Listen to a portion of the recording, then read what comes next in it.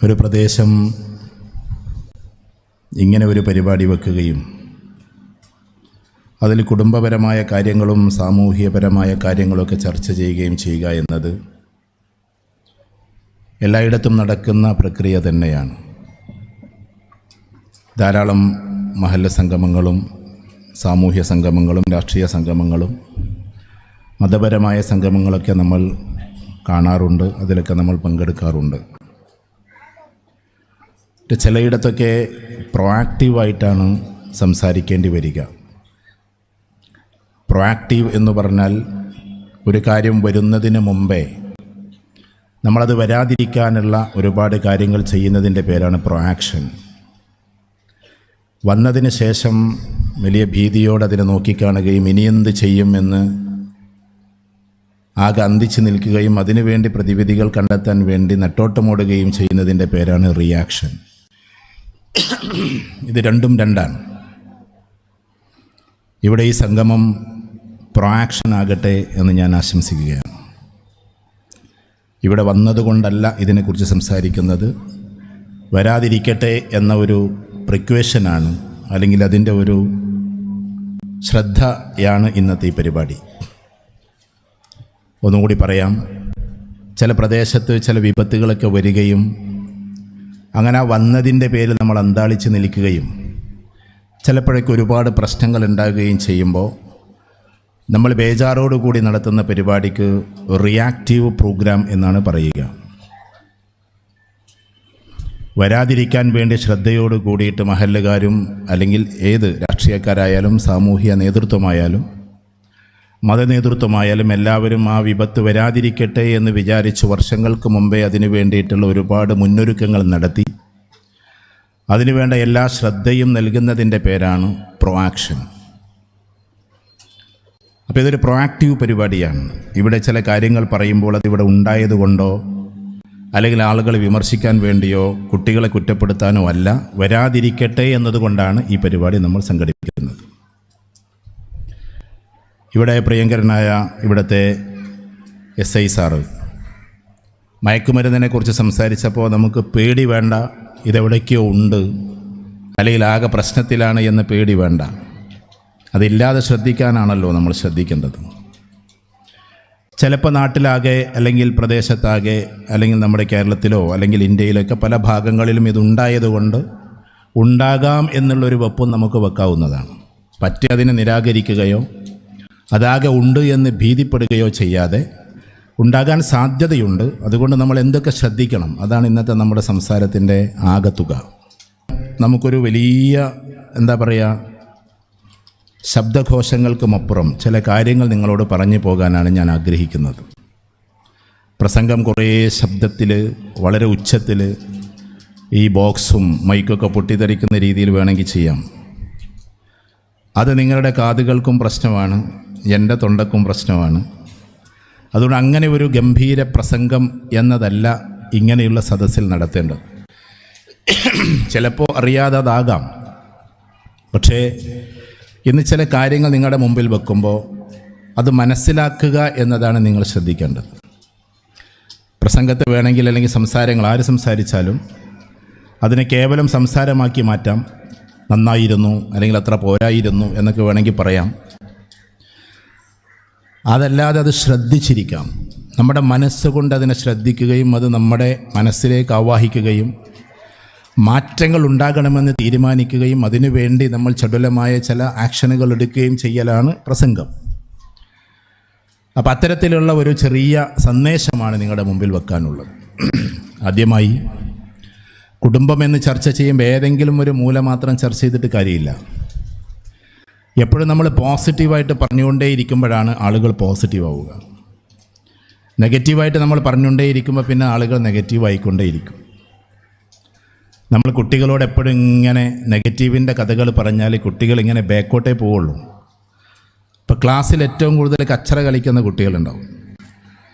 എന്തുകൊണ്ടാണ് അവരിങ്ങനെ കച്ചറക്കാരാകുന്നതെന്നറിയോ? കച്ചറ എന്ന് പറഞ്ഞാൽ ഒരു ഉറുദു പദമാണ് കേട്ടോ. കച്ചട എന്നാണ് അതിന് പറയുക. അത് നമ്മളെ മലയാളത്തേക്ക് എത്തിയപ്പോൾ കച്ചറ എന്നായതാണ്.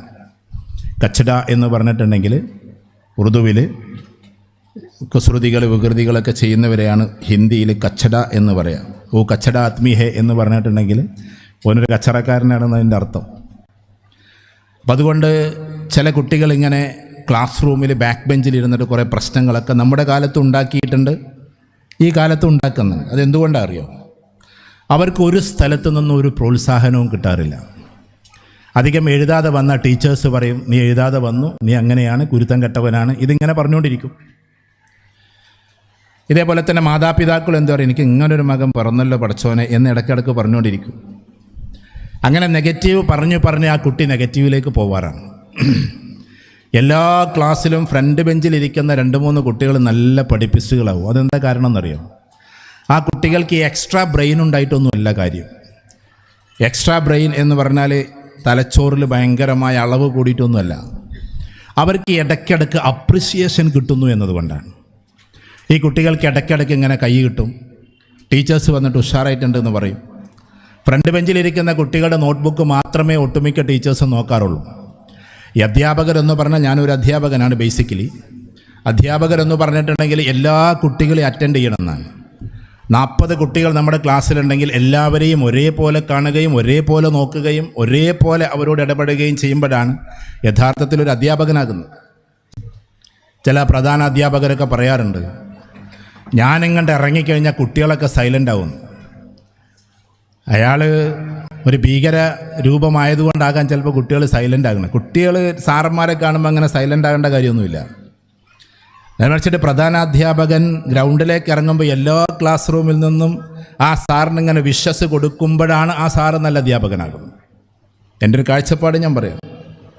എല്ലാ കുട്ടികൾക്കും ഭയങ്കര അദ്ദേഹത്തിനെ കാണുന്നതിനൊരു സന്തോഷം, അതുകൊണ്ട് അവരോട് കൂടുതലൊരു സ്നേഹം ഉണ്ടാവും. കുട്ടികൾ വാപ്പമാരെന്തെങ്കിലും പേനയോ എന്തെങ്കിലുമൊക്കെ കൊണ്ടുവന്നാൽ ആ സമ്മാനം കൊണ്ടുപോയി കൊടുക്കൽ അവിടെ നന്നായി പഠിപ്പിക്കുന്ന ടീച്ചേഴ്സിനൊന്നുമല്ല, അവരോട് നല്ല രീതിയിൽ പെരുമാറുന്ന ടീച്ചേഴ്സിനോടാണ്. അപ്പോൾ എപ്പോഴും നമ്മൾ മഹലിൻ്റെ അധികാരികളാണെങ്കിലും മഹലിൽ ഉസ്താദുമാരാണെങ്കിലും നമ്മളെപ്പോലെ സമൂഹത്തിൽ ഇടപെടുന്ന ആളുകളാണെങ്കിലും എപ്പോഴും ഇന്നത്തെ തലമുറയിലെ കുട്ടികളോട് നിൽക്കേണ്ടുന്ന ഒരു രീതിയുണ്ട്. ആ രീതിയിൽ നിന്നാൽ ആ കുട്ടികളെല്ലാം നന്നാവാൻ സാധ്യതയുണ്ട്. ഞാൻ എൻ്റെ ചില അനുഭവങ്ങളാണ് നിങ്ങളോട് പറയുന്നത്. കുട്ടികളെ നമ്മളിങ്ങനെ കുറ്റപ്പെടുത്തി വിമർശിച്ച് പഠിക്കാത്തവരെ നീ പഠിക്കുന്നില്ല എന്ന് വീണ്ടും വീണ്ടും പറഞ്ഞാൽ അവന് തോന്നും എനിക്കിതിനൊന്നും പറ്റൂല. അതുകൊണ്ട് എപ്പോഴും നമ്മൾ പോസിറ്റീവേ പറയാവൂ. നമ്മൾ സാധാരണ ഒരു കഥ പറയാറുണ്ടല്ലോ, നിങ്ങളൊക്കെ വായിച്ചിട്ടുണ്ടാവും. നമ്മുടെ ഈ ബൾബൊക്കെ കണ്ടെത്തിയത് ഫിലമെൻ്റ് എന്ന് പറയുന്ന സാധനമായിരുന്നു ആദ്യം ഉണ്ടായിരുന്നത്. അത് കണ്ടെത്തിയത് എഡിസൺ എന്ന് പറയുന്ന ഒരു സായിപ്പാണ്. തോമസ് ആൽവ എഡിസൺ എന്നാണ് അദ്ദേഹത്തിൻ്റെ മുഴുവൻ പേര്. അപ്പം അദ്ദേഹത്തെക്കുറിച്ചിട്ടൊരു കഥയുണ്ട്, പുസ്തകങ്ങളിലൊക്കെ കാണാം. അദ്ദേഹം കുട്ടിക്കാലത്ത് എഴുത്തും വായനയും അധികം അറിയില്ലായിരുന്നു. വളരെ പ്രയാസത്തോടു കൂടിയിട്ടാണ് സ്കൂളിങ്ങൊക്കെ നടന്നിരുന്നത്. അപ്പോൾ ഒരു ദിവസം അദ്ദേഹത്തെ ക്ലാസ്സിൽ നിന്ന് പുറത്താക്കി. എന്നിട്ട് അദ്ദേഹത്തിൻ്റെ അമ്മക്ക് ആ അധ്യാപകൻ, പുറത്താക്കിയ അധ്യാപകനൊരു കത്തും കൊടുത്തയച്ചു. ആ കത്ത് വായിക്കാൻ ആ കുട്ടിക്ക് അറിയില്ലായിരുന്നു. കാരണം ഇംഗ്ലീഷ് വായിക്കാനുള്ള ശേഷി ആ കുട്ടിക്കില്ലായിരുന്നു. ഇംഗ്ലീഷ് പറയും, കാരണം അവിടെ നാടായതുകൊണ്ട് ഇംഗ്ലീഷ് പറഞ്ഞതാണ്. പക്ഷെ വായിക്കണം. ഇപ്പം മലയാളം പറഞ്ഞവരെല്ലാവരും മലയാളം വായിക്കണമെന്നില്ലല്ലോ. അപ്പോൾ അത് എന്താണ് അതിൽ എഴുതിയിട്ടുള്ളതെന്ന് വായിക്കാൻ ആ കുട്ടിക്ക് അറിയില്ല. ആ കത്ത് അങ്ങനെ അമ്മയുടെ കയ്യിൽ കൊണ്ടുവന്ന് കൊടുത്തു. നമ്മൾ രക്ഷിതാക്കൾ മനസ്സിലാക്കേണ്ടതാണ്. ആ രക്ഷിതാവ് അഥവാ അമ്മ അതിങ്ങനെ വായിച്ചു, കണ്ണുകൾ നിറച്ചു, കണ്ണുനീരൊഴുകി. ആ സമയത്ത് ഈ കുട്ടി അടുത്ത് വന്നിട്ടിങ്ങനെ അണഞ്ഞൂട്ടി പിടിച്ചിട്ട് ചോദിച്ചത്, എന്താ അമ്മേ അതിൽ എഴുതിയിട്ടുള്ളത് എന്നാണ്. ആ അമ്മ പറഞ്ഞ വാക്കെന്താണെന്നറിയോ? മോനെ, നീ വലിയ ബുദ്ധിമാനാണ്. നീ ആ സാധാരണ കുട്ടിയല്ല, ആ ക്ലാസ്സിലിരുന്ന് പഠിക്കാൻ പറ്റുന്ന കുട്ടിയല്ല നീ. കാരണം അവരെക്കാളൊക്കെ ഒരുപാട് ബുദ്ധി നിനക്കുണ്ട്. അതുകൊണ്ട് ഈ കുട്ടിയെ നിങ്ങൾ വേറെ ഏതെങ്കിലും നല്ല സ്കൂളിൽ കൊണ്ടുപോകണം, എന്നിട്ട് നന്നായി പഠിപ്പിക്കണം. അവന് പഠിക്കാൻ പറ്റിയ സ്ഥാപനം ഇതല്ല, ഇതൊരു ചെറിയ സ്ഥാപനമാണ്. അതുകൊണ്ട് ഇവൻ അപാര ബുദ്ധിശക്തി ഉണ്ടായതുകൊണ്ട് വേറെ സ്ഥാപനത്തിൽ കൊണ്ടുപോകണമെന്നാണ് അതിൽ എഴുതിയിട്ടുള്ളത് എന്നാണ് അമ്മ പറഞ്ഞത്. ഈ കുട്ടി മനസ്സിലാക്കിയത് അമ്മ സന്തോഷം കൊണ്ട് കരഞ്ഞതാണെന്നാണ്. കുറേ നാളുകൾക്ക് ശേഷം ഈ കുട്ടി വലുതായി, വളർന്ന് പന്തലിച്ച് ആദ്യത്തെ ഏറ്റവും ടോപ്പ് 10 സയൻറ്റിസ്റ്റുകളിൽ ഇന്ന് തോമസ് ആൽവ എഡിസൻ്റെ പേരുണ്ട്. അതുകൊണ്ട് ലോകമറിയപ്പെടുന്ന സയൻറ്റിസ്റ്റായി മാറി. അദ്ദേഹത്തിൻ്റെ അമ്മ വഴിയെ വെച്ച് മരിച്ചു. അദ്ദേഹത്തിൻ്റെ ജൈത്രയാത്രയ്ക്കിടയിൽ അമ്മ മരിക്കുകയാണ്. അമ്മ മരിച്ചപ്പോൾ നമ്മൾ വായിച്ച വായനയിൽ മനസ്സിലാക്കുന്നത് അമ്മക്കൊരു ഇരുമ്പ് പെട്ടി ഉണ്ടായിരുന്നു, ഒരു തകരപ്പെട്ടി. ആ പെട്ടിക്കകത്ത് അമ്മയുടെ കുറേ സാധനങ്ങളൊക്കെ, വീടിന് ആവശ്യമായ ആധാരങ്ങളോ അതുപോലുള്ള കാർഡുകളൊക്കെ ഉണ്ടാവുമല്ലോ, അതെല്ലാം ഒരു ദിവസം തപ്പിയപ്പോൾ ഈ കത്തും കിട്ടുകയാണ്. പണ്ട് തൻ്റെ അമ്മക്ക് അധ്യാപകനയച്ച കത്ത്. ആ കുട്ടി അത് വായിച്ചു. അഥവാ തോമസ് ആൽവ എഡിസൺ ഇപ്പോൾ വലിയ സയൻറ്റിസ്റ്റാണ്, അദ്ദേഹം അത് വായിച്ചു. അമ്മ അന്ന് പറഞ്ഞത് എത്രത്തോളം യാഥാർത്ഥ്യമാണെന്നറിയാൻ, ആ സന്തോഷവാക്കുകൾ ഒന്നും കൂടി അറിയാൻ വേണ്ടിയിട്ട് ആ കത്ത് വായിച്ചപ്പോഴാണ് ആ കത്തിൽ എഴുതിയിട്ടുള്ളത്, നിങ്ങളുടെ മകൻ ഒരു ഇഡിയറ്റാണ്, ഒരു വിഡ്ഢിയാണ്, പഠിക്കാൻ കഴിവില്ലാത്ത കുട്ടിയാണ്. അതുകൊണ്ട് ദയവ് ചെയ്ത് അവനെ ഇങ്ങോട്ട് വിടരുത്. ഈ സ്കൂളിൽ അവന് പഠിക്കാനുള്ള സ്ഥാനമില്ല. മഹാവിഡ്ഢിയായതുകൊണ്ട് നിങ്ങൾക്ക് എവിടെയും കൊണ്ടുപോകാം എന്ന് പറഞ്ഞിട്ടായിരുന്നു ആ കത്തുണ്ടായിരുന്നത്. ഒരമ്മ ആ വാക്ക് അങ്ങനെ തന്നെ, സൈക്കോളജിയിൽ പറയാറുണ്ട്, ആ അമ്മ അങ്ങനെ തന്നെ ആ കത്തിനെ പറഞ്ഞിരുന്നുവെങ്കിൽ ഒരിക്കലും ഒരു തോമസ് ആൽവ എഡിസൺ ഉണ്ടാകുമായിരുന്നില്ല. നമ്മൾ മനസ്സിലാക്കേണ്ടത്, ഇങ്ങനെ ഒരുപാട് ആളുകൾ, ലോകത്തിൽ അറിയപ്പെടുന്ന വലിയ വലിയ ആളുകൾ, ആൽബർട്ട് ഐൻസ്റ്റീൻ, അദ്ദേഹം ഏകദേശം 7ാമത്തെ ക്ലാസ് വരെ, 7ാം ക്ലാസ് എത്തുന്നത് വരെ എഴുത്തും വായനയും അറിയാത്തൊരു കുട്ടിയായിരുന്നു. നിങ്ങൾക്ക് അദ്ദേഹത്തിൻ്റെ ഹിസ്റ്ററി വായിക്കാം. അങ്ങനെ എഴുത്തും വായനയും അറിയാത്ത കുട്ടിയായതുകൊണ്ട് ആ കുട്ടിയെയും ഇതേപോലെ പുറത്താക്കി സ്കൂളിൽ നിന്ന്. ഇവരൊക്കെ ചരിത്രത്തിലുള്ളതാണ്. അവസാനം 14ാമത്തെ വയസ്സിൽ, 14-15 വയസ്സുള്ളപ്പോൾ ടെക്നിക്കൽ യൂണിവേഴ്സിറ്റിയിൽ കൊണ്ടുപോയി. ടെക്നിക്കലി പഠിക്കാൻ പറ്റും, നമ്മളിപ്പോൾ പോളിടെക്നിക്കൊക്കെ എന്ന് പറയുന്ന പോലെയുള്ള ഒരു സ്ഥലത്ത് കൊണ്ടുപോയി. അവിടെ കൊണ്ടുപോയപ്പോൾ അവിടെ നിന്ന് എൻട്രൻസ് എക്സാം പൊട്ടി. അവിടെ ഒരു എൻട്രൻസ് എക്സാം ഉണ്ട്, അത് പൊട്ടി. ആകെ തളർന്നിരിക്കുകയാണ്. അവിടുത്തെ ഇൻ്റർവ്യൂവിലും പൊട്ടി. ചുരുക്കി പറഞ്ഞാൽ പൊട്ടിയ കൂട്ടത്തിൽ ഈ എഴുത്തുകാരൻ എഴുതുന്നുണ്ട്, അന്ന് ആ സ്ഥാപനത്തിൽ, ലോകമറിയപ്പെടുന്ന ടെക്നിക്കൽ സ്ഥാപനത്തിൽ അന്ന് അഡ്മിഷൻ കിട്ടിയ ഒരു കുട്ടിയുടെ പേരും ലോകത്തിനറിയില്ല. അന്ന് ആ വർഷത്തിൽ അഡ്മിഷൻ കിട്ടിയ ഒരു കുട്ടിയുടെ പേരും അറിയില്ല. പക്ഷേ അന്ന് എൻട്രൻസ് പൊട്ടിയ, ഇൻ്റർവ്യൂ പൊട്ടിയ ഒരു കുട്ടിയുടെ പേര് ലോകത്തിലെല്ലാവർക്കും അറിയാം. അത് ആൽബർട്ട് ഐൻസ്റ്റീൻ ആയിരുന്നു. ഞാൻ പറഞ്ഞു വരുന്നത്, ലോകമൊക്കെ നമ്മുടെ കുട്ടികളെ മോശമെന്ന് മുദ്ര കുത്തിയാലും, ലോകമൊക്കെ നമ്മളെ കുട്ടി മോശമാണെന്ന് പറഞ്ഞാലും, മാതാപിതാക്കൾ മാത്രം പറയരുത് നമ്മുടെ കുട്ടി മോശമാണ് എന്ന്. ഇതിനർത്ഥം നമ്മുടെ കുട്ടികൾ എന്തെങ്കിലും തെറ്റ് ചെയ്താൽ ന്യായീകരിക്കാനും നിൽക്കരുത്. അങ്ങനെയുണ്ട് ചില മാതാപിതാക്കൾ ഒരു ചെയ്യൽ.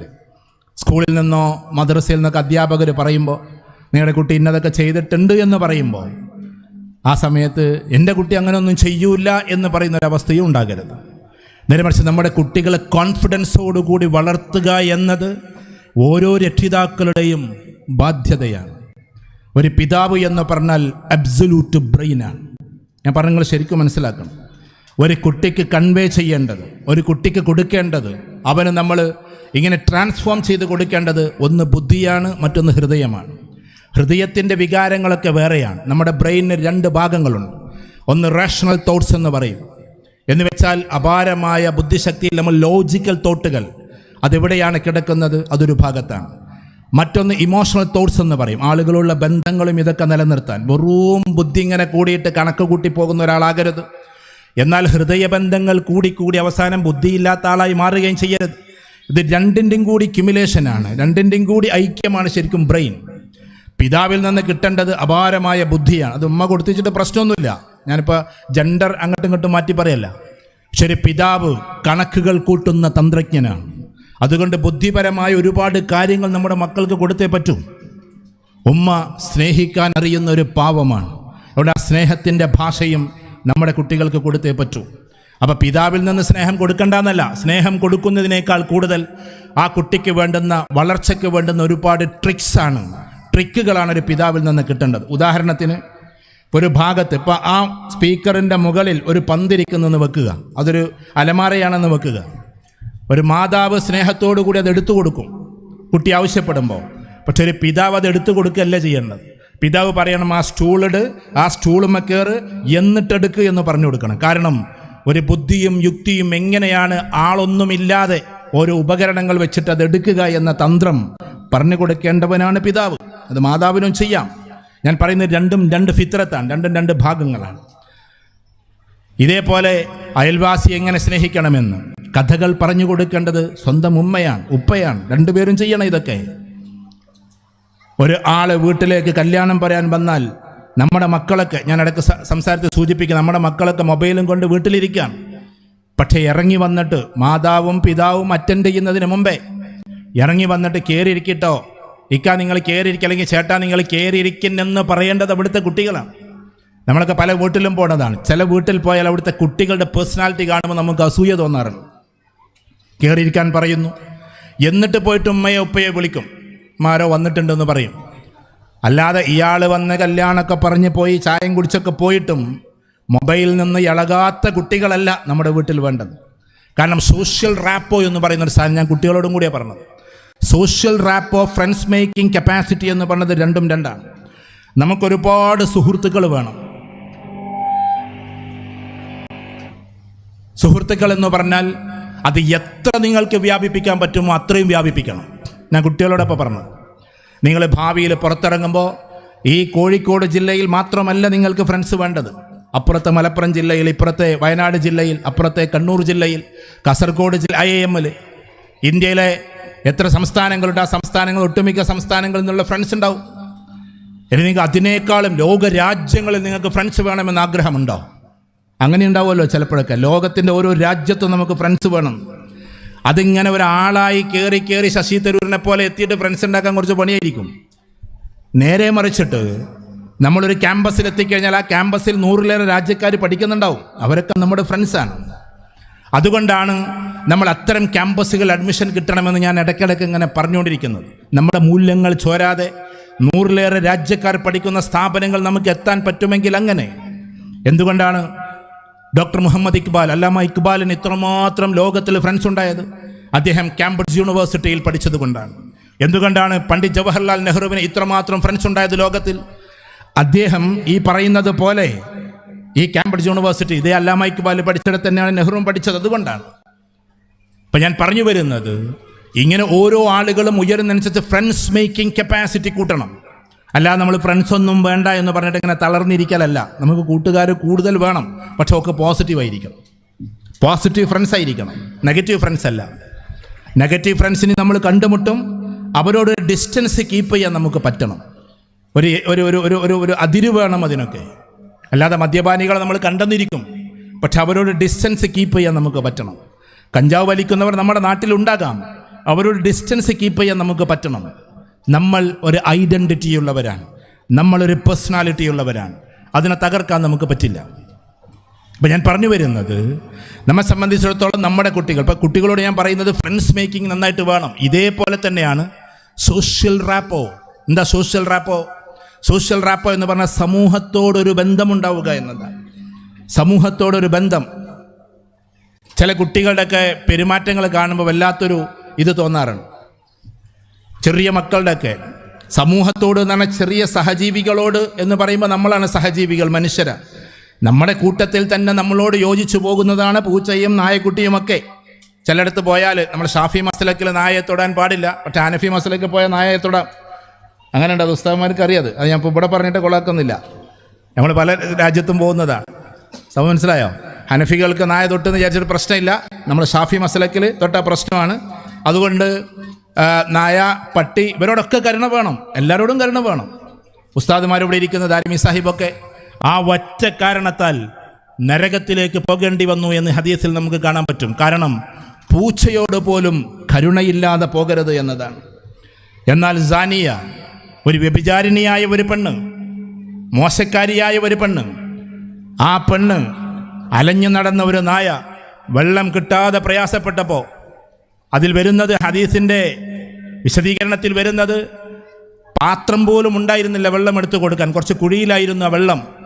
അങ്ങനെ തൻ്റെ ചെരുപ്പ്, അന്നത്തെ കാലഘട്ടത്തിലെ ചെരുപ്പടിച്ച് അതിൽ കോരിയിട്ടാണ് കൊടുത്തത് എന്നതിൻ്റെ വിശദീകരണത്തിൽ കാണാം. ആ ഒരു നായയോട് കാരുണ്യം കാട്ടിയതിൻ്റെ പേരിൽ, അഥവാ ഇത് തെരുവ് നായയാണ്, ഈ പെണ്ണാകട്ടെ മോശക്കാരിയായ പെണ്ണുമാണ്. സഹീഹ് ബുഖാരിയിൽ വരുന്നതാണ്. ആ നായക്ക് അപ്പോഴത്തെ ദാഹം തീർത്തു കൊടുത്തതിൻ്റെ പേരിൽ ആ പെണ്ണിൻ്റെ മുഴുവൻ പാപങ്ങളും അള്ളാഹു പൊറുത്തു കൊടുത്തു എന്ന് സഹീഹായ ഹദീസിൽ റസൂലുള്ളാഹി സ്വല്ലല്ലാഹു അലൈഹി വസല്ലം നമ്മോട് പറയാം. അപ്പോൾ സഹജീവികളോടുള്ള ബന്ധമെന്ന് പറഞ്ഞാൽ എല്ലാവരോടുള്ള ബന്ധമാണ്. ഇമാം ഗസാലി റഹ്മത്തുള്ളാഹി പറയുന്നുണ്ട്, അഥവാ അന്നത്തെ കാലഘട്ടത്തിലേക്ക് ഒട്ടകവും കുതിരയൊക്കെയാണ് എന്ത് വാഹനങ്ങൾ, ഒട്ടകം കുതിരയൊക്കെയാണ് വാഹനങ്ങൾ. ഇന്ന് നമ്മൾ എത്രത്തോളം ആ കാരുണ്യം കാണിക്കണമെന്ന് ചോദിച്ചാൽ, നമ്മുടെ വാഹനം വീട്ടിൽ നിന്ന് പുറത്തേക്ക് പോകുമ്പോൾ മനസ്സിൽ കരുതണമെന്നാണ്, അല്ലാഹുവേ എൻ്റെ വാഹനത്തിൻ്റെ ടയർ തട്ടിയിട്ട്, അന്നെന്ന് പറഞ്ഞാൽ കുതിരയുടെ കുളമ്പ് തട്ടിയിട്ട്, ആ കുതിരയുടെ കുളമ്പ് തട്ടിയിട്ട് ഒരു ചെറിയ കീടം പോലും നശിച്ചു പോകരുതേ, ഒരു അരിക്കുന്ന വസ്തു പോലും, ഒരു ക്രീച്ചസ് പോലും നഷ്ടപ്പെട്ടു പോകരുതേ ഭൂമിയിൽ നിന്ന് എന്ന് പ്രാർത്ഥനാപൂർവ്വം അവൻ്റെ സഞ്ചാരം തുടങ്ങണമെന്നാണ്. അത്രമാത്രം നമുക്ക് ജീവികളോട് പോലും കാരുണ്യമുണ്ടാക്കണമെന്നാണ്. ഇതൊക്കെ ഇന്ന് പറയുമ്പോൾ എന്തൊക്കെയായി പറയുന്നത് എന്ന് നമുക്ക് തോന്നും. ഇതിൻ്റെ പേരാണ് ഇസ്ലാം. എല്ലാവരോടും കാരുണ്യം. അതൊരു മഹല്ല് പരിപാടിയാണ്, ഒരു പ്രദേശത്തിൻ്റെ മഹല്ല് പരിപാടിയാണ്. ഇസ്ലാം എന്ന് പറഞ്ഞാൽ കുറേ നോമ്പ് നോൽക്കുക, കുറേ നിസ്കരിക്കുക, ഇത് മാത്രമല്ല ഇസ്ലാം. ഇസ്ലാം എന്ന് പറഞ്ഞിട്ടുണ്ടെങ്കിൽ വിശാലമായ കാഴ്ചപ്പാടാണ്, വിശാലമായ കാഴ്ചപ്പാട്.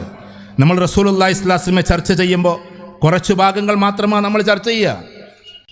നിങ്ങളൊന്ന് ആലോചിച്ച് നോക്കിയാട്ടെ, അതിൻ്റെ വിശാലതയിൽ ചർച്ച ചെയ്യുമ്പോൾ റസൂലുള്ളാഹി സ്വല്ലല്ലാഹു അലൈഹി വസല്ലം വഫാത്താകാൻ സമയത്ത് തൻ്റെ കയ്യിലുണ്ടായിരുന്ന 1-2 സാധനങ്ങൾ കൊണ്ടുപോയി പണയം വെച്ചത്. അന്ന് പണയം എന്ന് പറഞ്ഞാൽ സാധനം വെച്ചിട്ട് പൈസ വാങ്ങലാണ്.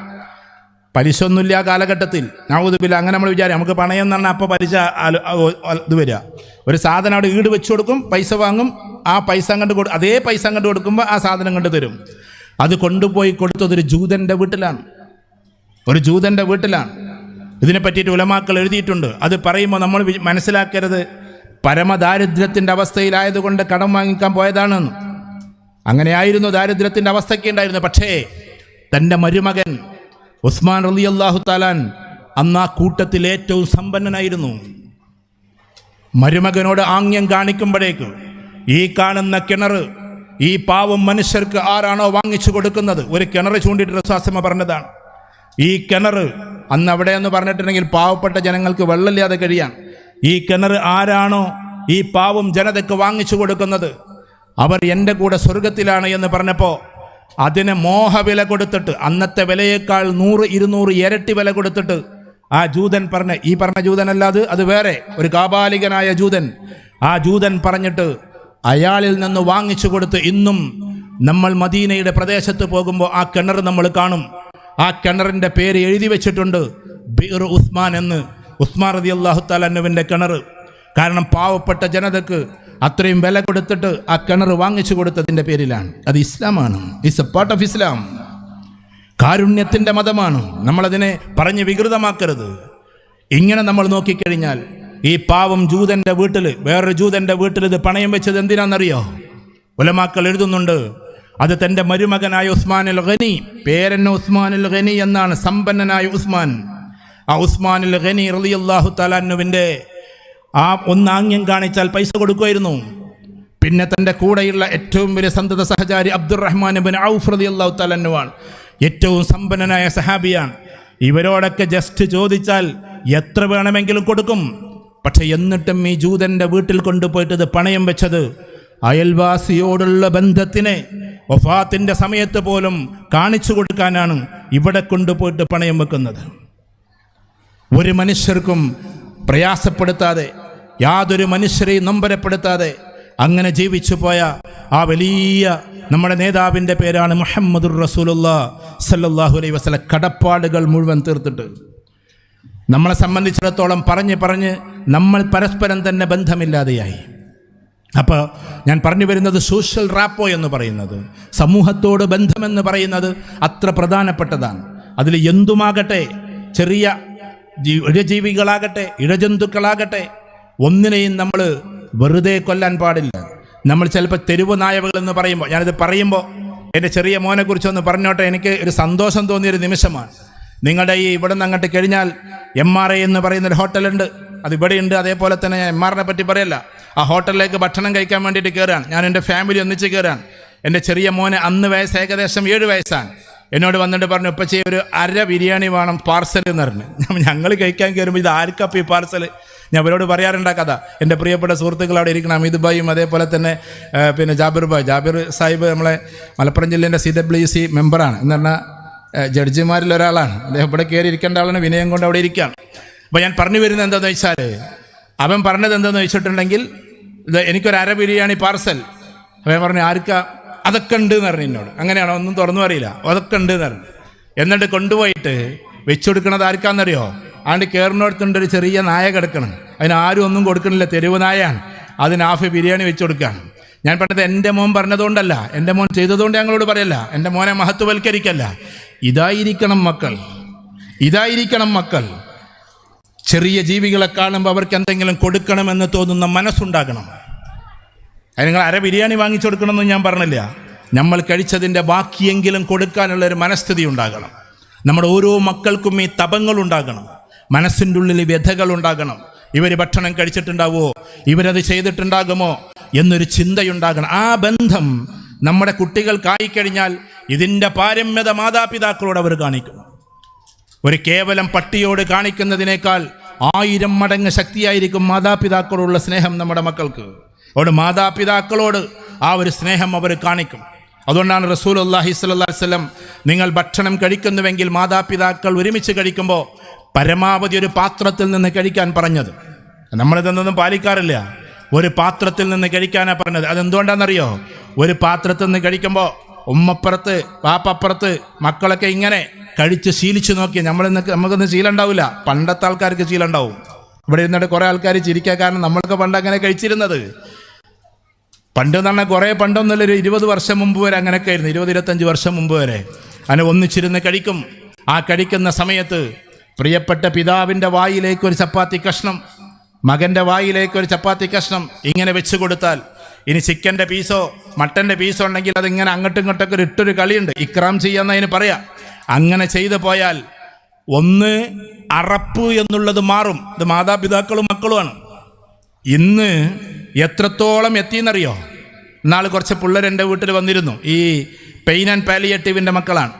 അവർ പറയാണ്, സാറേ ഒരു അനുഭവങ്ങൾ പറഞ്ഞപ്പോൾ പറയാണ്, പെയിൻ ആൻഡ് പാലിയേറ്റീവിന് പോയ സമയത്ത് ഒരു വീട്ടിലെത്തി. ആ വീട്ടിലെത്തിയപ്പോൾ ഒരു വല്ലിപ്പ സുഖമില്ലാതെ കിടക്കുകയാണ്. അദ്ദേഹത്തെ കൊണ്ടുപോയിട്ട് ആഴ്ചയിലൊരിക്കൽ കുളിപ്പിക്കൽ പെയിൻ ആൻഡ് പാലിയേറ്റീവിൻ്റെ ആൾക്കാരാണ്. ഈ കിടക്കുന്ന ആൾക്കാർ ആഴ്ചയിലൊരിക്കലൊക്കെ കുളിപ്പിക്കുള്ളൂ. അങ്ങനെ കുളിപ്പിക്കാൻ വേണ്ടിയിട്ട് പോകുമ്പോൾ അവർ പേരക്ക ജ്യൂസ് കൊടുത്ത്, ഡോക്ടർ നിർദ്ദേശപ്രകാരം, കാരണം വയറ്റിന്ന് പോകാത്തത് കൊണ്ട് പേരക്ക ജ്യൂസ് കൊടുത്താൽ കുറച്ചും കൂടി നന്നാവുമെന്ന് പറഞ്ഞിട്ട് ഡോക്ടർ പറഞ്ഞുകൊണ്ട് കൊടുക്കാൻ പോയതാണ്. ആ സമയത്ത് മരുമകൾ വന്നിട്ട് പറഞ്ഞത്രേ അത് കൊടുക്കരുത് എന്ന്. ഇയാൾ അധ്വാനിച്ച് വളർത്തി വലുതാക്കി ആ മകനുണ്ടാക്കിയ വീട്ടിലപ്പയാൾ ആ മകൻ്റെ ഭാര്യ പറയാണ് കൊടുക്കരുത് എന്ന്. നിങ്ങൾ എന്ത് കൊടുത്തിട്ട് എന്താ? അവർ പറഞ്ഞു, എന്ത് കൊടുക്കാൻ ഡോക്ടർ പറഞ്ഞതാണ്. അപ്പം നിങ്ങളാണ്ട് പോയാൽ അയാൾ ഇവിടെ മലമൂത്ര വിസർജനം ചെയ്യും. ധാര കഴുകുക എന്നാണ് ചോദിച്ചത്. ധാര കഴുകും. സ്വന്തം മാതാപിതാക്കളുടെ അല്ലെങ്കിൽ ഇങ്ങനെയുള്ള ആളുകളോട് വെറുപ്പ് കാണിക്കുന്ന ഒരു കാലമാണ്. ഞാൻ ഇന്നലെയും ഒരു അച്ഛൻ്റെ ഒരു പ്രസംഗം കേട്ടു. ഞാൻ അധികം പ്രസംഗങ്ങൾ അങ്ങനെ കേൾക്കാൻ നിൽക്കലില്ല, എൻ്റെ തന്നെ ഞാൻ കേൾക്കാൻ നിൽക്കലില്ല, കാരണം നമുക്ക് വേറെ കുറേ പണികളുണ്ടായതുകൊണ്ട്. പക്ഷെ ഒരു അച്ഛൻ അദ്ദേഹം പറയുകയാണ്, ഞാൻ തിരുവനന്തപുരം മുതൽ ഇന്ന ഒരുപാട് സ്ഥലത്ത് ഞാൻ പോയി, ഒരുപാട് വൃദ്ധസദനങ്ങളിൽ പോയി. ആ വൃദ്ധസദനങ്ങളിലൊന്നും അദ്ദേഹം പ്രസംഗിക്കാൻ, നിങ്ങൾക്കൊക്കെ ചിലപ്പോൾ കേൾപ്പ് കിട്ടിയിട്ടുണ്ടാവും, ഞാൻ അവിടെ മുസ്ലിമീങ്ങളായ ഒരൊറ്റ ആണുങ്ങളെയും പെണ്ണുങ്ങളെയും കണ്ടില്ല. അച്ഛൻ പ്രസംഗിക്കുകയാണ്. അച്ഛൻ്റെ പ്രസംഗം ഞാൻ പറയാണ്. കാരണം എന്താണെന്ന് വെച്ചാൽ അവരുടെ മതത്തിലെ മാതാപിതാക്കളെ നോക്കണമെന്ന് പ്രധാനമായി പറയുന്നത് കൊണ്ട് അവരാരും വൃദ്ധസദനത്തിൽ കൊണ്ട് ചെന്നാക്കുന്നില്ല. അതിൻ്റെ അർത്ഥം ആരും ഇല്ല എന്നല്ല കേട്ടോ, അദ്ദേഹത്തിൻ്റെ പ്രസംഗം ഞാൻ പറയാണ്. എന്തുകൊണ്ടിതുണ്ടായി? മതപരമായ മൂല്യങ്ങളിലൂടെ നമ്മൾ കടന്നു പോകുമ്പോൾ മാതാവ് പിതാവ് എന്ന് പറയുന്നത് അത്രമേൽ ഉയരത്തിലാണെന്ന് നമ്മളെ പഠിപ്പിക്കുന്നുണ്ട്. ഉഫിൻ, നിങ്ങൾ അവരോട് ഉഫ് എന്നൊരു വാക്ക് പോലും പറയരുത്. ഉഫ് എന്ന് പറഞ്ഞാൽ ഛേ എന്നാണ്. നിങ്ങളെന്ത് അങ്ങനെ ചെയ്ത്, നിങ്ങളെന്ത് ഇങ്ങനെ ചെയ്ത് എന്നുപോലും നിങ്ങൾ മാതാപിതാക്കളോട് ചോദിക്കരുത്. എന്നിട്ട് ഇതിന് കാരണം പറഞ്ഞത് എന്താണെന്നറിയോ? മാതാവിനെ കുറിച്ച് പറയുമ്പോൾ വഹ്നുൻ അലാ വഹ്ൻ, പ്രയാസത്തിനുമേൽ പ്രയാസം ചുമന്നുകൊണ്ടാണ് അവർ നിങ്ങളെ ഗർഭം ധരിച്ചത്. നിങ്ങൾ ഓരോ സൈഡിലേക്കും 10 മാസം അവർ ചെരിഞ്ഞു കിടക്കുമ്പോൾ അവർക്ക് വല്ലാത്ത പ്രയാസങ്ങളായിരുന്നു. നിങ്ങളെ പ്രസവിക്കുമ്പോൾ വഹ്നുൻ അലാ വഹ്ൻ, പ്രയാസത്തിനുമേൽ പ്രയാസങ്ങൾ സഹിച്ചുകൊണ്ടാണ്. ഇപ്പോൾ ഡെലിവറിയൊക്കെ കഴിയുമ്പോൾ പണ്ടൊക്കെ എന്ന് പറഞ്ഞാൽ ലേബർ റൂമൊക്കെ കൊണ്ടുപോയി കഴിഞ്ഞാൽ ഭർത്താക്കന്മാർക്ക് ആർക്കൊണ്ട് പ്രവേശനം ഉണ്ടായിരുന്നില്ല. ഇപ്പോൾ ഭർത്താക്കന്മാർക്ക് പ്രവേശിപ്പിക്കാം. അവരതിന് പ്രത്യേക ഒരു ഇതന്നെ ഉണ്ടാക്കിയിരിക്കുകയാണ്. ഭർത്താക്കന്മാരത് കണ്ടു കഴിയുമ്പോഴാണ് അതിൻ്റെ സങ്കടം നമുക്ക് മനസ്സിലാവുക. കാരണം എന്താണെന്ന് ചോദിച്ചിട്ടുണ്ടെങ്കിൽ ഒരു ഭാര്യ പ്രസവിക്കുന്നത് എത്രമാത്രം പ്രയാസത്തിലാണെന്ന് നമുക്ക് കണ്ടാലറിയാം. ചിലപ്പോൾ ഈ കൂട്ടത്തിൽ ആരെങ്കിലുമൊക്കെ അങ്ങനെ കയറിയിട്ട് ഉണ്ടാവാം. കാരണം എന്താണെന്ന് വെച്ചാൽ അവരുടെ കരച്ചിലും അവരുടെ വെപ്രാളവും. കാരണം നമ്മുടെ ഉമ്മ പ്രസവിച്ചത് നമ്മൾ കണ്ടിട്ടില്ലല്ലോ, നമുക്ക് ഓർമ്മയില്ലല്ലോ. അത്ര പ്രയാസപ്പെട്ടിട്ടാണ്. എന്നിട്ട് ആ മാതാപിതാക്കളോട് മോശമായിട്ട് നമ്മൾ പെരുമാറിക്കൊണ്ടിരിക്കുകയാണ്. മാതാപിതാക്കളോട് മോശമായി പെരുമാറിക്കൊണ്ടിരിക്കുക. ഞാൻ കുട്ടികളെ ഉപദേശിക്കല്ല, പക്ഷേ നമ്മുടെ ഏറ്റവും വലിയ ആവേശമാണ് നമ്മുടെ മാതാവും പിതാവും.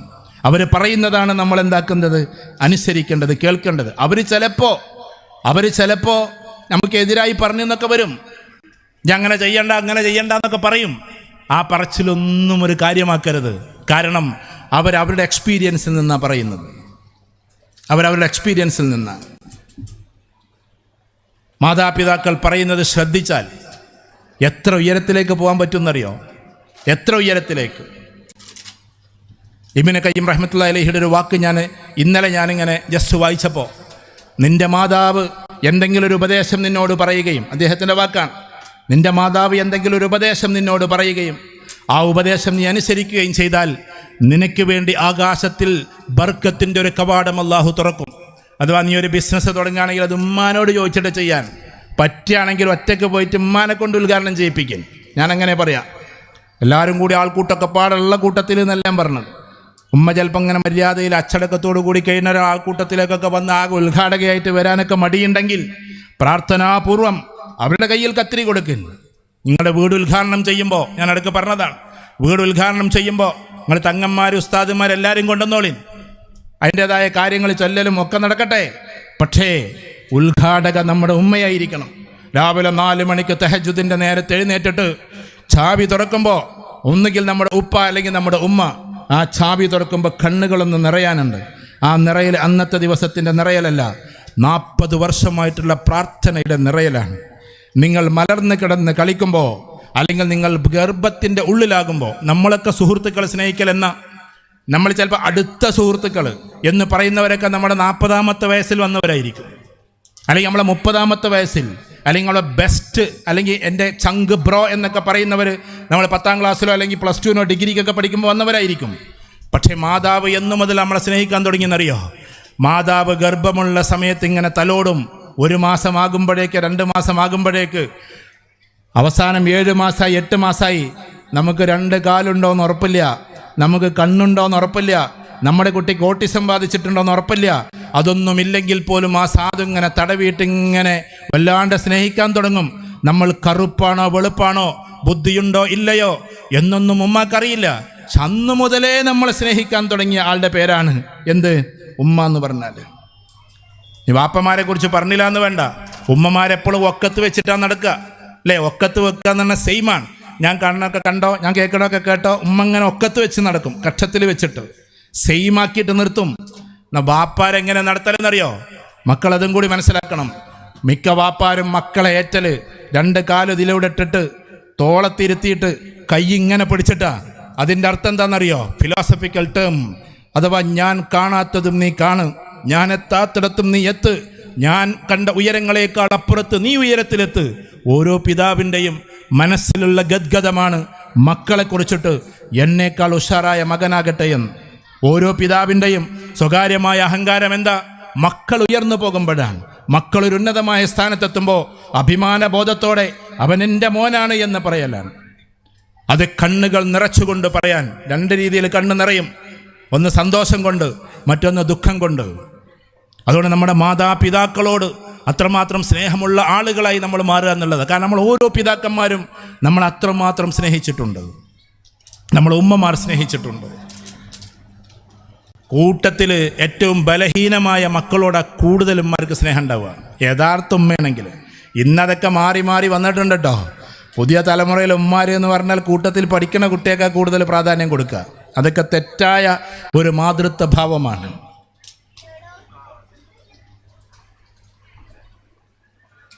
ഇപ്പം ഞാൻ ഇങ്ങോട്ട് വരുന്ന സമയത്ത് ചർച്ച ചെയ്യായിരുന്നു, ഞാനിവിടെ ലൈവായിട്ട് പറയാമല്ലോ. അമീദ് പാറമൽ സാഹിബ് ഇരിക്കുന്ന ആളാണ്, നീലക്കുപ്പായക്കാരൻ. അതേ അദ്ദേഹത്തിൻ്റെ കുടുംബസംഗമത്തിൽ ആദരിക്കാൻ കണ്ട ആൾക്കാരൊക്കെയെന്ന് നിങ്ങൾ, നമ്മൾ സാധാരണ A+ എടുത്തോളം ആദരിക്കലുണ്ട്. അതേമാതിരി തന്നെ ഭയങ്കര വലിയ ഡോക്ടർമാരെ, എഞ്ചിനീയർമാരെ എല്ലാവരെയും ആദരിക്കാറുണ്ട്. പക്ഷെ അവരാദരിക്കുന്നത് കൂലിപ്പണി എടുത്തിട്ട് മക്കളെ കെട്ടിച്ചവരെ. ഇതുവരെ ഞാനും കണ്ടിട്ടില്ല അങ്ങനത്തെ ആദരിക്കുന്ന ആൾക്കാരെ, എൻ്റെ അനുഭവത്തിലുണ്ടായിട്ടില്ല. വെറും കൂലിപ്പണി മാത്രം ചെയ്തിട്ട് കുട്ടികളെ ആദരിക്കണേ. അങ്ങനത്തെ രക്ഷിതാക്കൾ നമ്മൾ ആദരിക്കണം. വെറും ഈ ഡോക്ടർമാരും എഞ്ചിനീയർമാരും മാത്രമല്ലല്ലോ ആദരിക്കേണ്ടത്. അവരൊക്കെ നിങ്ങൾ ആദരിച്ചോളൂ. അവർ കാരണം പഠിച്ച് മിടുക്കരായിട്ട് നമ്മൾ ആദരിക്കുന്ന അച്ചീവ്മെൻ്റ് കിട്ടുമ്പോഴൊക്കെ നമുക്ക് ആദരിക്കാം. പക്ഷേ പിന്നെ ആദരിക്കുന്നതാരെ? അഥവാ ഏതെങ്കിലുമൊക്കെ കുട്ടികൾ ഓട്ടിസം ബാധിച്ചിട്ടോ അങ്ങനെയൊക്കെ ഉണ്ടാവുമല്ലോ. അതായത് ബുദ്ധി കുറവായിട്ട് ഇങ്ങനെ ഇളകി ഇളകി നടക്കുന്ന അവരെ നോക്കുന്ന ഉമ്മമാരുണ്ട്. അവരുടെ കുടുംബത്തിൽ 2-3 ഉണ്ടെന്ന് പറയപ്പെടുന്നു. അപ്പോൾ ഞാൻ പറഞ്ഞത് അവരെ ആദരിക്കുക. കാരണം ആ കുട്ടികൾ നോക്കുക എന്ന് പറഞ്ഞാൽ ആളുടെ ജീവിതം മൊത്തത്തിൽ അവിടെയാണ്, തളച്ചിടപ്പെടുകയാണ്. ഓട്ടിസം ബാധിച്ച കുട്ടികൾ നടക്കലും ഇതൊക്കെ വേറെ രൂപത്തിലായിരിക്കും. ആ കുട്ടികളെ നോക്കുന്ന ഉമ്മമാർക്ക് സത്യത്തിൽ ജീവിതമില്ല. അവർക്ക് സത്യത്തിൽ ഒരു കല്യാണത്തിന് പോകാൻ പറ്റില്ല, ഒരു വിരുന്നിന് പോകാൻ പറ്റില്ല, ഒരു ടൂറ് പോകാൻ പറ്റില്ല. പറ്റായിക എന്നെല്ലാം പറഞ്ഞത് പോകുമ്പോൾ ഇവർ ഹൈപ്പർ ആക്ടിവിറ്റി ആയതുകൊണ്ട് വലിക്കലും ഉടയലും ഇതൊക്കെ പാടുണ്ടാവും. അതുകൊണ്ട് ആളുകൾക്കൊരു ബുദ്ധിമുട്ട് വേണ്ടെന്ന് വിചാരിച്ചിട്ടാണ്. അല്ലാതെ ഈ കുട്ടിനെ കൊണ്ടുകൊണ്ടോണ്ട് ഒരു ബുദ്ധിമുട്ടൊന്നുമല്ല. ആളുകൾക്കൊരു ബുദ്ധിമുട്ട് വേണ്ടെന്ന് വിചാരിച്ചിട്ട് ഈ കുട്ടിയെയും കൊണ്ട് ചിലപ്പോൾ ആൾക്കൂട്ടത്തിൽ പോകൂല. അങ്ങനത്തെ ഉമ്മമാരാതിരിക്കണം. ഇന്ന് ബലഹീനരായ ആളുകൾ ഇപ്പോൾ ഈ അടുത്തടുത്ത് സോഷ്യൽ മീഡിയയിൽ വരുന്ന ചില ഇതൊക്കെ ഉണ്ട്. ഞാനൊരു സെലിബ്രിറ്റി അല്ലെങ്കിലും എനിക്കും ഒരു ലൈക്ക്, അത് ചിലപ്പോൾ ഒരു പെൺകുട്ടി, ഒരു ഹൈന്ദവ പെൺകുട്ടി ഓട്ടോ ഓടിച്ചു പോകുന്നതായിരിക്കും. നമ്മളാർക്കും ലൈക്കൊന്നും കൊടുക്കലില്ല. വലിയ വലിയ സെലിബ്രിറ്റീസൊക്കെ ഉണ്ടാവുമല്ലോ, ഞാൻ ലൈക്ക് കൊടുക്കണില്ല എന്ന് പറഞ്ഞാൽ അതിനെതിരാന്നൊന്നുമല്ല. പക്ഷെ അത് കാണുമ്പോൾ നമുക്കൊരു സന്തോഷമാണ്. കുടുംബം പോറ്റാൻ വേണ്ടിയിട്ട് +2 കഴിഞ്ഞിട്ട് കുടുംബത്തെ പോറ്റാൻ വേണ്ടിയിട്ട് ഓട്ടോറിക്ഷയും കൊണ്ട് ഇറങ്ങിയിട്ടുള്ള അശ്വതി എന്ന മോൾക്ക് നമ്മൾ ലൈക്ക് കൊടുക്കാറുണ്ട്. കാരണം എന്തുകൊണ്ടാണെന്നറിയോ? ഡെയിലി 500 രൂപ കിട്ടിയിട്ട് വേണം ആ പാവത്തിന് കുടുംബത്തെ നോക്കാൻ. അവാർഡ് കൊടുക്കുമ്പോൾ അങ്ങനെ കൂടി നമ്മൾ കൊടുക്കണം. പാവപ്പെട്ടവർക്ക് കൊടുക്കണം, ഒന്നുമില്ലാത്തവർക്ക് കൊടുക്കണം. അവാർഡ് അവിടെ നിന്ന് ഇങ്ങോട്ട് പോരട്ടെ, അവിടെ നിന്ന് ഇങ്ങോട്ട്. ഞാൻ എത്രയോ വേദികളിൽ പറഞ്ഞിട്ടുണ്ട്. പക്ഷേ ഇവിടെയും കൂടി ഒന്ന് പറഞ്ഞോട്ടെ. പരപ്പനങ്ങാടിയിൽ ഇന്ന് വൈകുന്നേരം ഒരു പരിപാടി ഉണ്ടായിരുന്നു പരപ്പനങ്ങാടിയിൽ. പക്ഷേ അത് മഴ കൊണ്ട് ക്യാൻസലായി. വൈകുന്നേരം ആ സ്ഥലത്ത് ഞാൻ ഇന്നും പോയി പ്രസംഗിക്കേണ്ടതായിരുന്നു. അവിടെ പ്രസംഗം ഇങ്ങനെ നടത്തുകയാണ്. ഏകദേശം എൻ്റെ ഓർമ്മയിൽ 2000-3000 ആൾക്കാരുണ്ട്. വലിയ സദസ്സാണ്. അപ്പോൾ ഒരു ഓട്ടിസം ബാധിച്ച വലിയ തലയൊക്കെ ആയിട്ട് ഇങ്ങനെ തടിച്ചൊരു കുട്ടീൻ്റെ അവിടെ. എല്ലാവരും കളിയാക്കുന്നൊരു മോനാണ്. തമാശക്ക് കളിയാക്കലുള്ള കാര്യത്തിലൊന്നുമല്ല. അവനിങ്ങനെ പരവതാനിയിലൂടെ നടന്നു വന്നിട്ട് സ്റ്റേജിൽ അങ്ങോട്ട് ഇരുന്ന്, ആരുമില്ല സ്റ്റേജിൽ, ഞാൻ മാത്രം പ്രസംഗിക്കുന്നു, സംഘാടകരൊക്കെ താഴ്ത്തിരിക്കുന്നു. ആ സമയത്ത് ഇവനെങ്ങനോ കയറി വന്നിട്ട് ഇങ്ങോട്ട് വന്ന്, എന്നിട്ട് എനിക്ക് വന്നിട്ട് കയ്യേരാ പ്രസംഗിക്കണം എനിക്ക്. ഞാൻ കയ്യെടുത്ത് പ്രസംഗം നിർത്തി അവനവിടെ ഇരുത്തി. അപ്പോൾ അത് കണ്ടു നിന്ന ആൾക്കാർക്ക് എന്തോ ഒരു കുറവ് വന്നു. കാരണം എന്താണെന്ന് വെച്ചാൽ ആ പ്രസംഗം തടസ്സപ്പെടുത്തിയല്ലോ എന്ന്. പിന്നെ അവനെ കാണുമ്പോൾ എല്ലാവരും കൂടി ചിരിയും തുടങ്ങി. അവന് ഭയങ്കര അധ്യക്ഷനെ പോലെ ഇങ്ങനെ നെളിഞ്ഞിരിക്കുകയാണ്. അപ്പോൾ 2-3 ആൾക്കാർ വന്നിട്ട് അവനെ ഇറക്കാൻ വേണ്ടി ശ്രമിച്ചു. പരപ്പനങ്ങാടിയിൽ സംഭവിച്ചതാണ്. ഇറക്കാൻ വേണ്ടിയിട്ട് ശ്രമിച്ചു. തീരെ ബുദ്ധിയില്ലാത്ത കുട്ടിയാണ്. അപ്പോൾ പാവത്തിനറിയും. ഞാൻ പറഞ്ഞു അവനവിടെ ഇരിക്കട്ടെ ആയിരുന്നു. അവൻ മാത്രം ഈ സ്റ്റേജിലിരിക്കട്ടെ പ്രസംഗം തീരുന്നത് വരെ. അപ്പോൾ ഇങ്ങനെ ആകെ പായിച്ചേക്കാം. ഞാൻ പറഞ്ഞു നമ്മളെല്ലാവരും അവനെ കാണുമ്പോൾ ചിരിക്കാം. പക്ഷെ ഞാനൊരു കാര്യം നിങ്ങളോട് പറഞ്ഞോട്ടെ. സംസാരിക്കുന്ന ഞാൻ, കേൾക്കുന്ന നിങ്ങൾ, നമ്മളെല്ലാവരും സ്വർഗത്തിലേക്ക് പോകുന്ന നമുക്ക് ഉറപ്പൊന്നുമില്ല. പോകട്ടെ എന്ന് നമുക്ക് പ്രാർത്ഥിക്കാം, അതിനുവേണ്ടി നമുക്ക് പ്രയത്നിക്കാം. പക്ഷേ ഈ കൂട്ടത്തിൽ ഈ 2-3000 ആളുകൾക്കിടയിൽ സ്വർഗത്തിലെത്തുമെന്ന് ഉറപ്പുള്ള ഒരാളെ ഉള്ളൂ. അത് ഇരിക്കുന്ന മനുഷ്യനാണ്.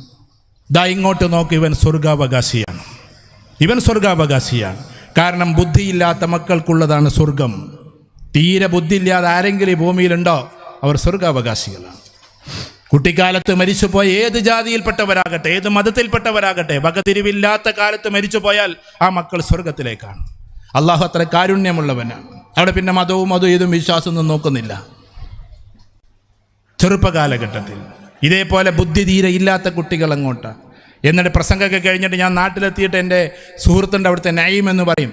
അവൻ ഇടയ്ക്കൊക്കെ എന്നെ വിളിച്ച് പറയും, വെറുതെ അങ്ങനെ സംസാരിക്കുമ്പോൾ, ഓനിപ്പോൾ ഭയങ്കര ഫാനാണ്, അവന് ഭയങ്കര ഇഷ്ടമാണ് എല്ലാവർക്കും എന്ന്. കാരണം ഇങ്ങനത്തെ കുട്ടികൾ സ്വർഗാവകാശികളാണ്. അപ്പം നമ്മൾ താഴെ പടിയിൽ നിന്ന് നോക്കണം. ഞാൻ ഈ കുടുംബ സംഗമത്തിൽ ഇന്നത്തെ സന്ദേശം അതാണ്. നമ്മളെ കുട്ടികൾ, ഈ കൂട്ടത്തുനിന്ന് ഏതെങ്കിലും കുട്ടികൾ പഠിക്കാത്തവരുണ്ടോ? അവരെ പ്രോത്സാഹിപ്പിച്ച് കൊണ്ടുവരണം. പഠിക്കുന്നില്ല എന്നതിൻ്റെ പേരിൽ ദയവ് ചെയ്ത് നമ്മളെ കുട്ടികളെ ഇകഴ്ത്തരുത്. പോരാ എന്നതിൻ്റെ പേരിൽ നമ്മളെ കുട്ടികളെ താഴ്ത്തരുത്.